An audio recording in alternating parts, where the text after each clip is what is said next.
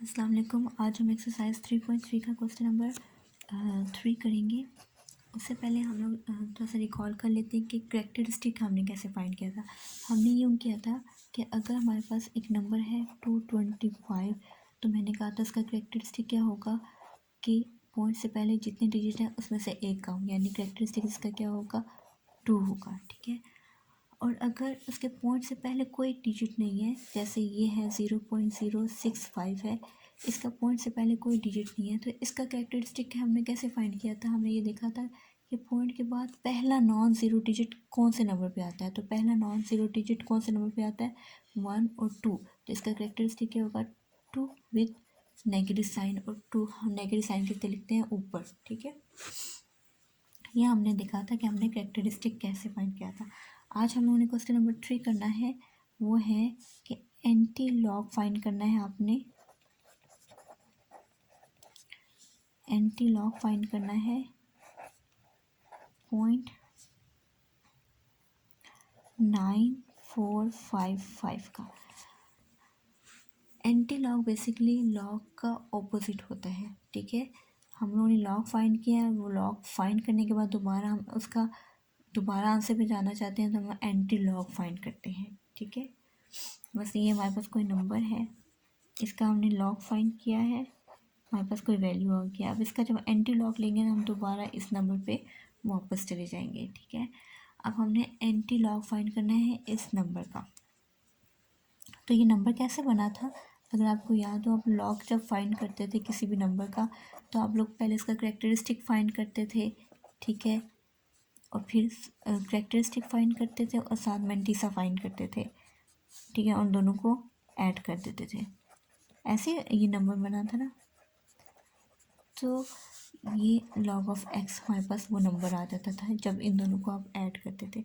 तो जब हमने एंटी लॉग लेना है इस नंबर का, तो इसका मतलब है इसमें करेक्टरिस्टिक और मेंटीसा दोनों ऐड हुए हुए हैं। तो ऐड हुए हैं, इसका मतलब इसका करेक्टरिस्टिक क्या है, जब हमारे पास एंटी लॉग 0.945, तो इसका करेक्टरिस्टिक क्या है,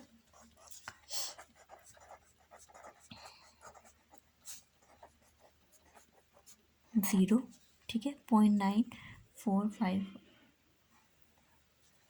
और मेंटीसा क्या है इसका, 0.9455, ये इसका मेंटीसा है। ठीक है। करेक्टरिस्टिक को हमने अलग कर दिया, मेंटीसा को इस नंबर से अलग कर दिया। अब ये जो मेंटीसा है इसको मैं यूँ भी लिख सकती हूँ, 9455। ठीक है। ऐसे थोड़ा सा दूर दूर करके लिख के अब हम लोग एंटी लॉग वाले टेबल से इसकी वैल्यू फाइंड करेंगे। ये है हमारे पास एंटी लॉग का टेबल, इसमें 0.94 को, वही बात है, ये हमारा मेन कॉलम है, डिफरेंस कॉलम है, और ये मेन डिफरेंस का। इसमें हम लोग सबसे पहले 0.94 की वैल्यू फाइंड करेंगे। कहाँ पे, 5 में। तो ये हमारा 0.94 है, इसको 5 में देखते हैं, 5 के कॉलम में देखते हैं 0 1 2 3 4। तो ये हमारे पास आ गया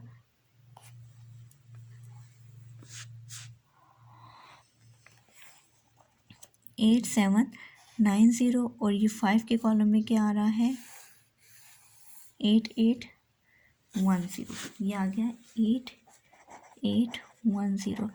अब ये जो 8810 आया है, इसको दोबारा हमने मेन डिफरेंस के टेबल में कॉलम में 5 के नीचे देखना है। ठीक है। वो वैल्यू आ रही है 10। अब इसमें हम 10 ऐड कर देंगे, तो ये आ जाता है 8820। दोबारा चेक कर लेते हैं हमने कैसे फाइंड किया। हमने 0.94 जो मेन कॉलम में था उसको 5 के कॉलम में चेक किया, जो वैल्यू आई थी वो ये आई थी। फिर दोबारा 5 मेन डिफरेंस के कॉलम, यानी ये जो ये कॉलम बना हुआ है, इसमें 5 के नीचे चेक किया, तो हमारे पास वो वैल्यू आ रही थी 10। ठीक है। ये 10 आ रही थी, इसको इसमें ऐड कर लिए, इन दोनों वैल्यूज़ को ऐड करके हमारे पास मेंटीसा क्या आ गया, 8820। अब जो करेक्टरिस्टिक हमने पहले फाइंड किया था उसका काम शुरू होता है। हमने जब लॉग में करेक्टरिस्टिक फाइंड किया था, तो करेक्टरिस्टिक 0 कब आया था, जब पॉइंट के बाद सिर्फ एक डिजिट था, तो उसका करेक्टरिस्टिक 0 आया था। जैसे मेरे पास 2.95 है, तो इसका करेक्टरिस्टिक मैंने क्या लिखा है, 0।